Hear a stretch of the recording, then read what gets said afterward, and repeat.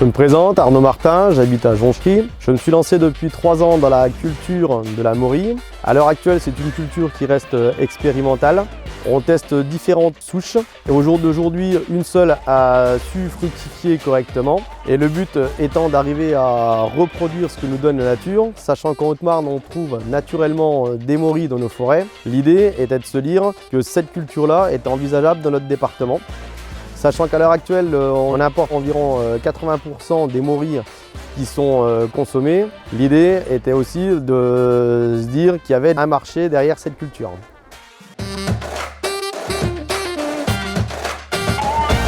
Je m'appelle Sarah Bernard, je suis installée à Pierrefaite, à la ferme du Moulin Jobard, depuis 2016.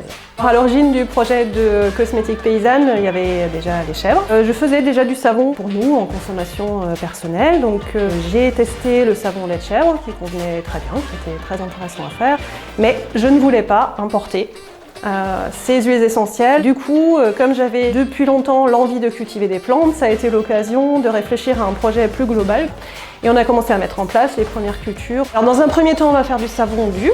On va aussi travailler sur du savon liquide puisqu'on va produire des eaux florales pour parfumer des savons liquides. C'est une démarche vraiment locale, autant pour les matières premières que pour le matériel qu'on utilise, comme l'alambic qu'on a fait modifié par un artisan forgeron local. Et puis par exemple pour cette charmotte qui a été fabriquée à Charmois par une vannière formée à l'école de Févillon.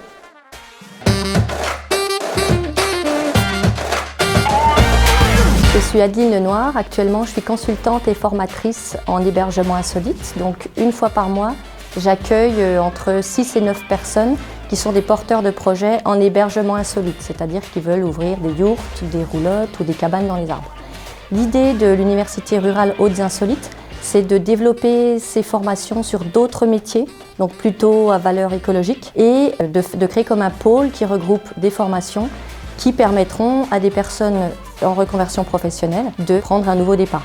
La formation a lieu à l'espace solidaire Guy Janot, à Vaillant dans le sud du département, et c'est un espace de coworking qui peut en même temps faire espace de colocation. Le principe, c'est d'organiser ces formations sur des périodes creuses pour pouvoir accueillir les gens dans nos hébergements déjà existants et de remplir plutôt sur la basse saison pour développer l'activité du département. À terme, l'objectif, c'est de faire reconnaître le département de la Haute-Marne comme un lieu phare pour ce type de formation.